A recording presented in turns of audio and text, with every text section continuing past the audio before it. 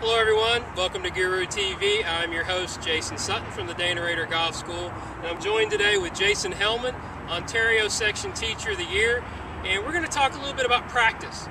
How many of you are going to the range but really not getting any better?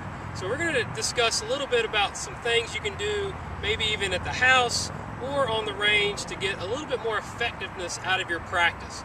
So Jason, tell us a little bit about what you see with some of your students that maybe are not getting the most out of their time. Well, the biggest complaint or issue that I think people have is that they don't have enough time to practice, or that's the excuse.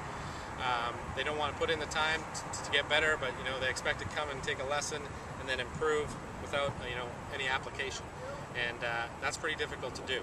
So I give my students a lot of barbecue drills at home because we have a short window, in Canada. We're about 6 to 7 months of golf, and I like them to work on some slow motion things rather than physically hitting a golf ball, going to the range. At least if they do some practice at home, even if it's 20 minutes or 30 minutes, it's quality, over quantity. Someone can come and beat 200 balls, but they're really not applying anything, they're just hitting balls.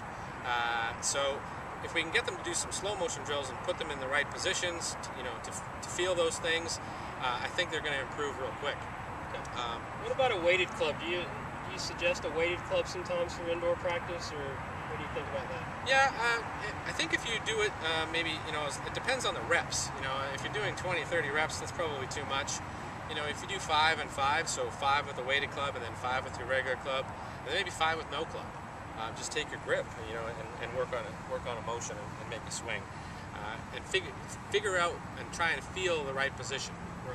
What about mirror work? What do you think? Is that a good use of your time? How many of you do mirror work out there, right?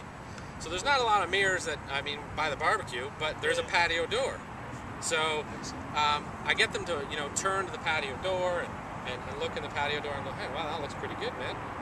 All right, I think I got this. So maybe they do it without looking, and try and feel it, or maybe they do it with their eyes closed after that, so they can get the exact feel and know where they are. A lot of people don't have a clue where they are because they don't work on feel, they work on club mechanics, and just, they start to get a little, robotic up here, where, they're trying to put themselves in the exact perfect position. And I call those students calculators, so they're very calculating. Usually I can figure out what people do for a living probably in the first 10 minutes of working with them. So, they're an engineer, they're an accountant, their work is very detailed. Whereas, if you got somebody who's a little bit more laid back, they're more feel-oriented players, and they're a little bit easier to teach rather than the mechanics guys. But definitely we have to kind of have a balance of both.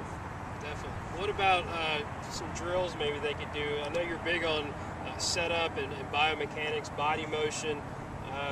Absolutely very, very vital in swinging the golf club properly.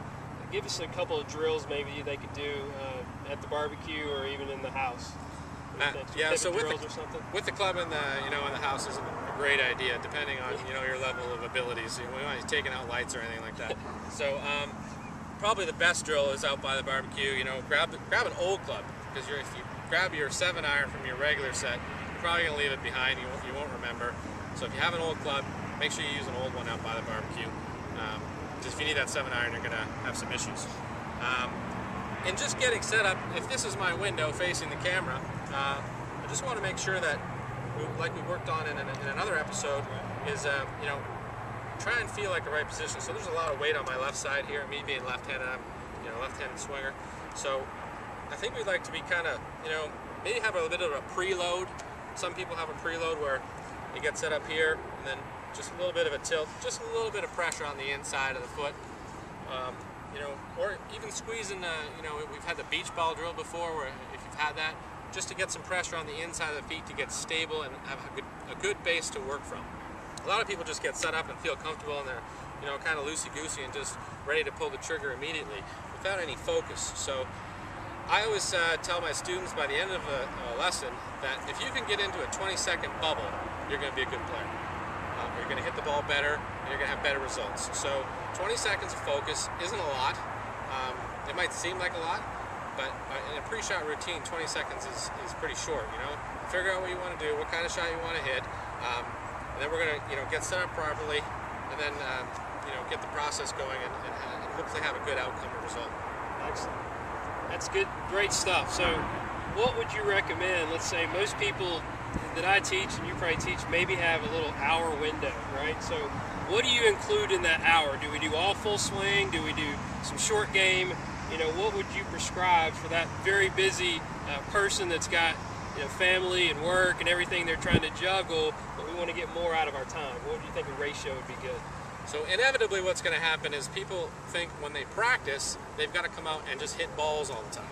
So they're going to try and put an hour's worth of practice in, and they always forget about the most important part, which is short game. So going back to another really important word in golf, balance. Obviously balance in the golf swing and balance in practice. So people practice backwards. And what I mean by that is that when they show up to the golf course, you get a guy who races in, and he's trying to figure out, okay, what's my tee time? Okay, it's 12:05 right now. I'm teeing off at 12:20. I got 15 minutes. What do I do? They always run down to the range, hit a bunch of balls, and then they, you know, run up the hill or run to the first tee, and the starter's sometimes 10 minutes behind or 5 minutes behind. So really they had 25 minutes in total, or 20 minutes to actually practice.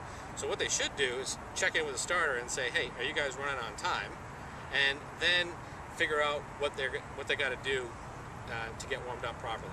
So, and this is just not just for, you know, going to play golf, but obviously for just coming to practice for this hour that we're talking about. So I like to get people to go down to the putting green first, get a feel for the green, you know, hit 6 putts, don't even putt to a hole, and then progress over to the chipping area, the bunker area, feel the golf ball come off the club face a little bit, and then work your way over to the range. So maybe 10 minutes on the putting green, 10 minutes on chipping and pitching, and maybe 5 minutes for the bunker, and then the rest of the time spent on the driving range. And always, you know, work your way up. A lot of people start with sand wedge. I like to start with like an 8-iron. So I go 8, 6, 4, hybrid 3-wood driver, and I always end my driver because the first shot I'm going to hit on the first tee is a driver. And the backwards part of it is that most people go to the driving range, then they go to the chipping green, and they go to the putting green, and they go to the first tee, ending on a putt. And they're not going to hit their putter for another 15 minutes. So if we can get them to reverse that process, I think that they're going to be better practicers, and they're actually playing the game from green to tee, right? Yeah.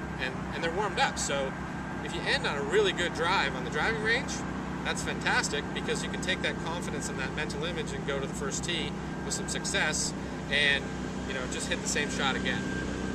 Definitely gives you a good mindset going to the tee, and that's what we really want to instill in you, is warming up is not practicing. When we go practice, obviously there's different types of practice that we'll cover in later shows, mechanical practice, you know, process and maintenance practice as well. But it's great advice Jason's given there. Start from the hole and work backwards. Get a good mental picture before you go to the range, and I think you're going to really start the round off, because how many times have you probably had 2 or 3 first bad holes and then you sort of get your rhythm back? Why not start that on the first tee? So let's wrap it up today. Jason, I really appreciate you being with me on Guru TV and stopping in and helping my viewers. Hopefully this is going to help you guys. Check out the blog. You guys know my blog, golfgurutv.com. Check out Jason's blog, jasonhelmangolf.com. It has some fantastic stuff there. And we'll see you next time on Guru TV.